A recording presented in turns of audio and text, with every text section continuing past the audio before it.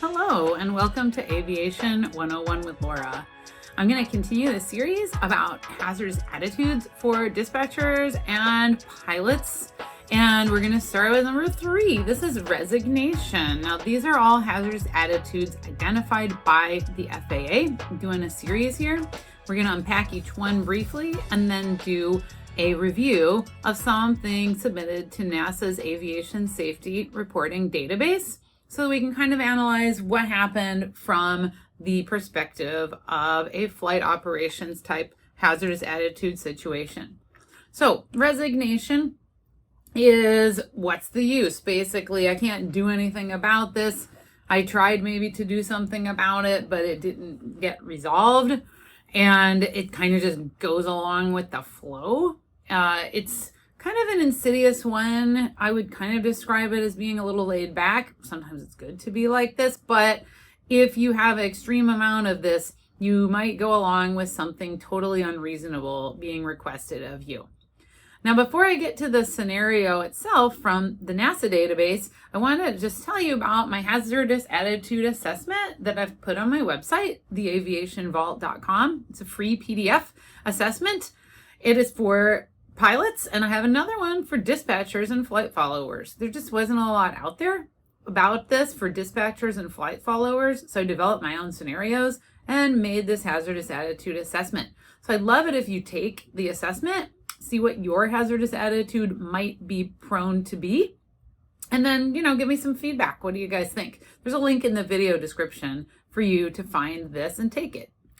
So here's a table from the FAA Sources Advisory Circular 60-22. And here we're talking today about resignation. Resignation says, I can't do anything, like what's the use? And the antidote to this one is, I am not helpless, I can do something. Okay, I need to speak up. Maybe I need to speak up in a different way, but we have an antidote of realize that you can make a difference.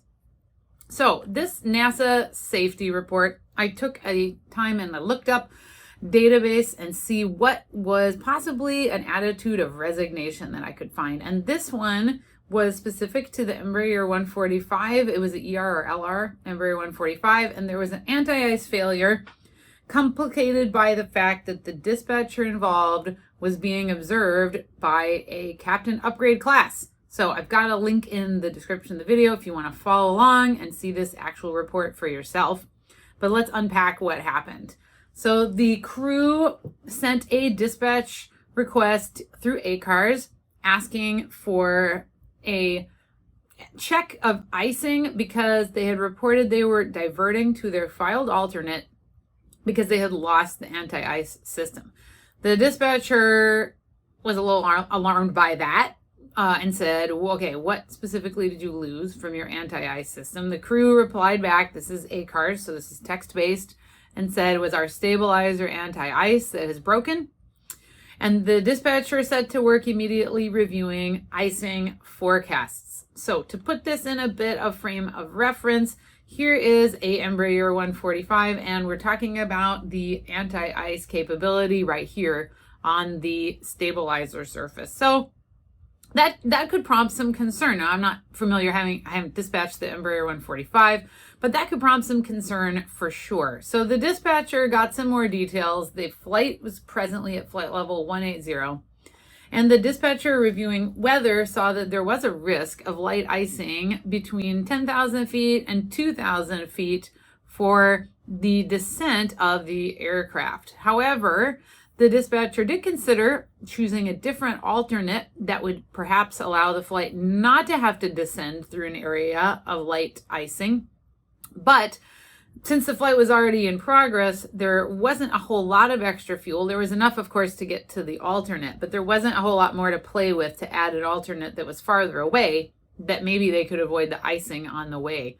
So the dispatcher then consulted with WSI, which is a weather vendor that some airlines use, and proceeded to basically try to get some more information. Unfortunately, during all this, where the dispatcher is pretty busy, he has a flight diverting, he or she, I don't know if it was a he or she, has a flight diverting. We have some concern with the anti-ice not functional. trying to communicate with the crew via text, ACARS. And as this is all going on, a captain upgrade class was observing the dispatcher and standing around and watching them. And the dispatcher observed them coming up to observe the desk and said, "This is not a great time. I'm busy right now." The class instructor sort of overruled the dispatcher and said, "Oh yeah, we're just going to stay out of your way and stay." So the captain upgrade class proceeded to still stand there watching the dispatcher, attempting to sort everything out and communicate with the weather vendor, the forecast vendor, the crew. While this was all happening with the diversion, the dispatcher was trying to communicate with the supervisor. The dispatcher reported having to walk around the visitors watching in the dispatch area. So this was highly stressful to the dispatcher. Now, thankfully, like I said, this is a NASA report. It's not an accident report. So nothing unsafe specifically happened with the flight. I mean, I shouldn't say it wasn't unsafe. I don't know. But the airplane landed at the filed alternate without any further incident. The dispatcher talked with the crew on landing, who said that it was no problem, didn't sound worried. So perhaps the flight just did not pick up any icing in the descent, or the aircraft was fast enough through the area that they didn't have a concern. But the dispatcher did express concern with other dispatchers overhearing that dispatcher had overheard with lack of knowledge about icing. And the dispatcher had been frustrated by the class that was standing there watching.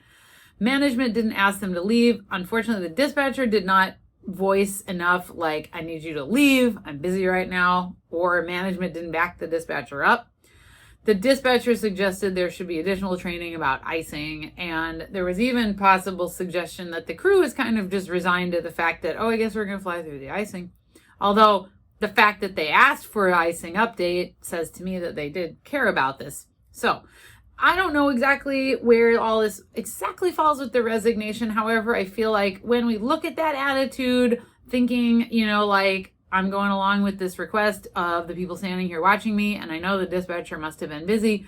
Unfortunately, I think management should have backed up the dispatcher's request to leave. I think the instructor should have backed up the request to leave.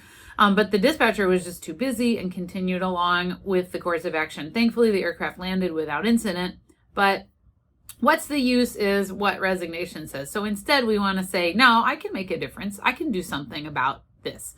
So just as a last reminder, check that hazardous attitude assessment on my website. It's a PDF, free download. You can take it for dispatchers, pilots, and see what you get as a hazardous attitude.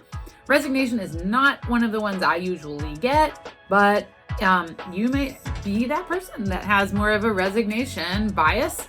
And then you got to remind yourself, I can make a difference. So thanks for watching Aviation 101. Check out the other videos I'm making about hazardous attitudes, and check out that resource available to you for free. Have a great day.